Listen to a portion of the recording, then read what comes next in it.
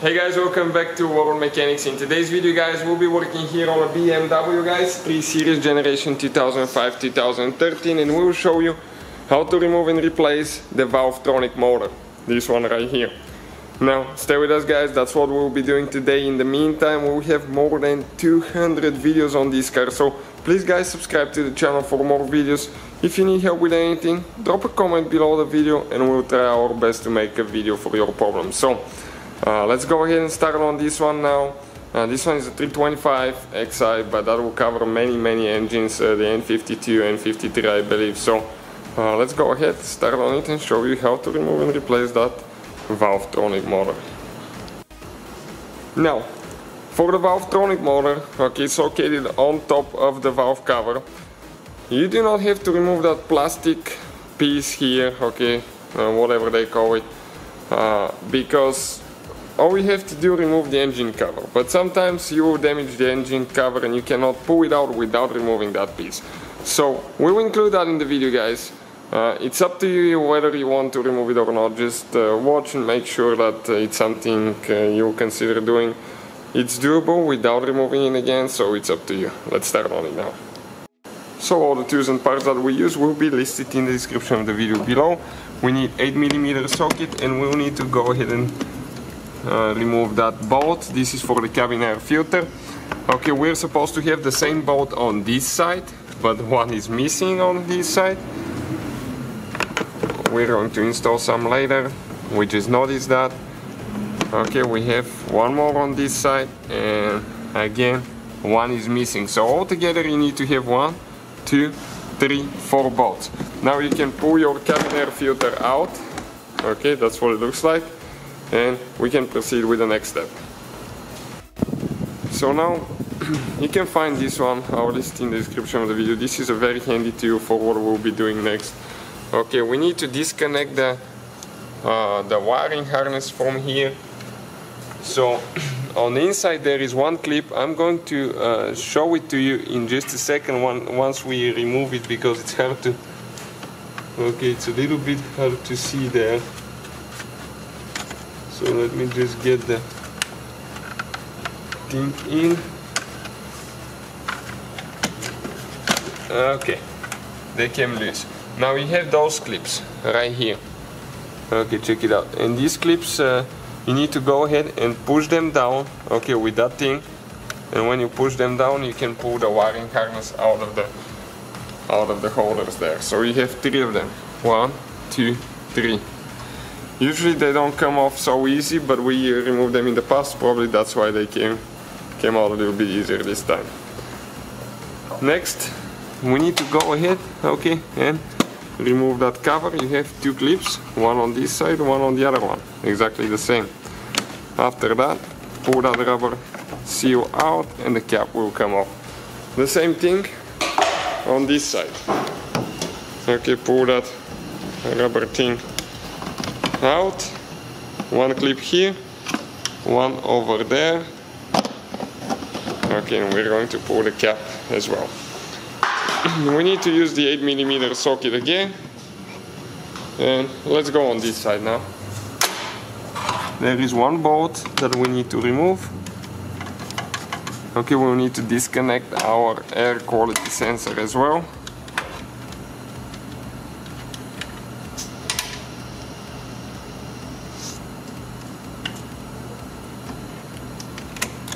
So we just get it out of the clips like that, and now we need to remove the same bolt on this side with 8mm socket.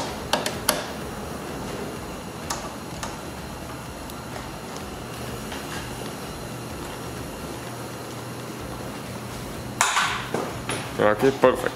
Now you can see right here we have 2 rubber things that we need to pull out, one on this side, one on the other side.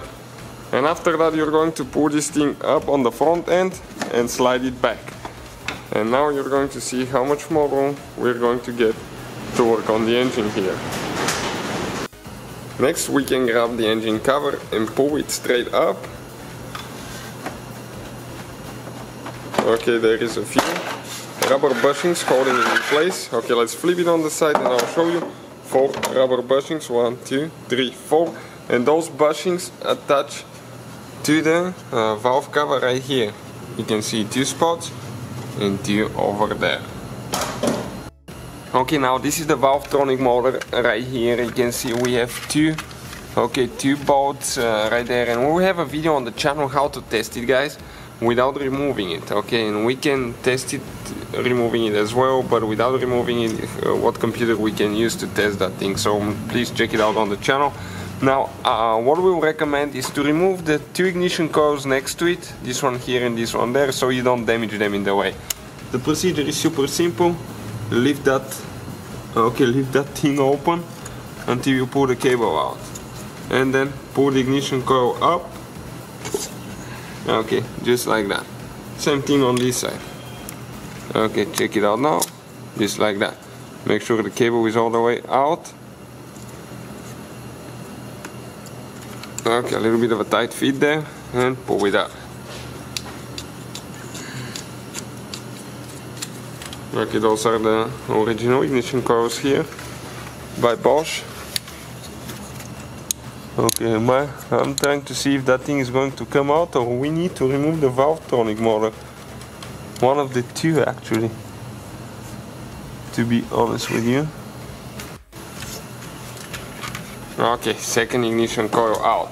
Now we have 2 more bolts here, okay, and we will need to use reverse Torx. Again, guys, all the parts and tools in the video will be listed in the description of the video below, so check it out if you need any of the parts. Most likely, okay, let's see, I don't know, maybe this one here or this one. Let's see which one we will need to use. So it will be a little one. Okay, let me show it to you until we get the adapter. This is called reverse Torx, and in our case the size, okay, the size is E8. So, small ratchet, and we'll go ahead, get the bolts loose.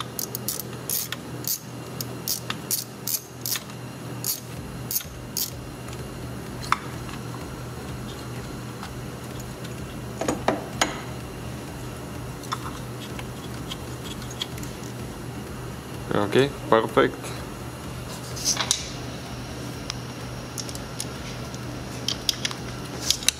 Now we're removing the second one there.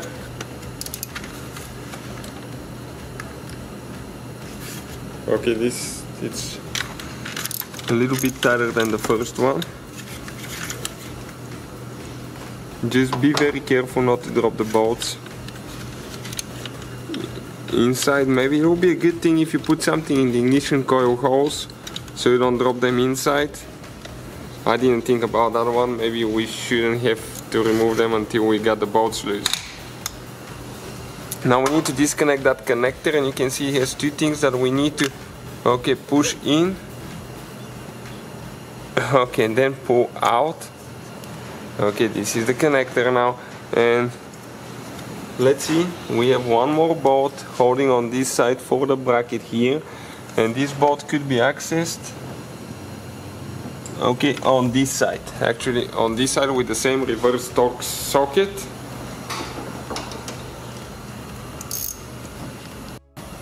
Now that bolt we cannot access it. It's this bolt right here, you can see it, but it's on the other side.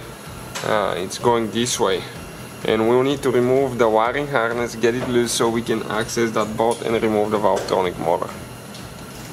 So with reverse Torx 10, E10, we're going to remove that bolt there.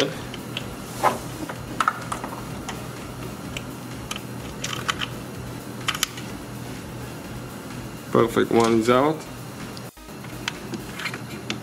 Okay, let's see how we'll get this one. I think we'll need to do it without the extension there. You can see the bolt.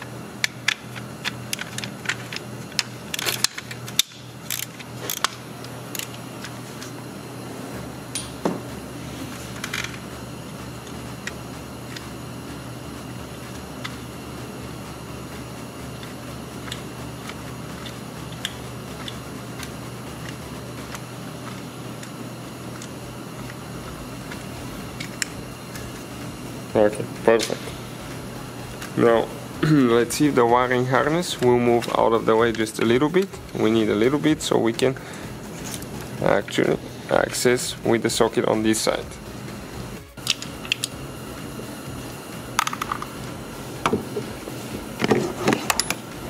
Okay, we are trying to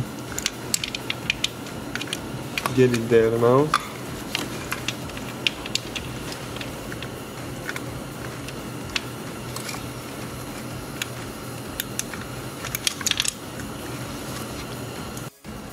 Okay, we got it in, and that thing is okay, super tight.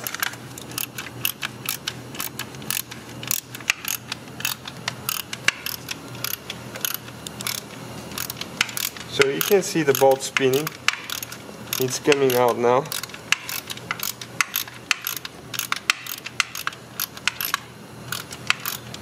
I don't know how we'll be able to install that one later. Very limited room there. And don't forget, guys, to subscribe to the channel. We have more than 200 videos on that BMW. Now I ran into problem a little bit. We didn't think about that.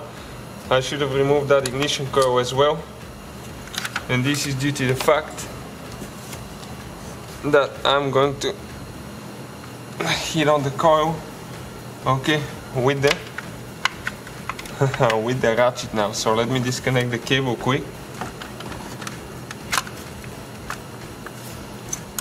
Okay, oh, it came out like that. Let me see if this is enough or we need to go just a little bit more.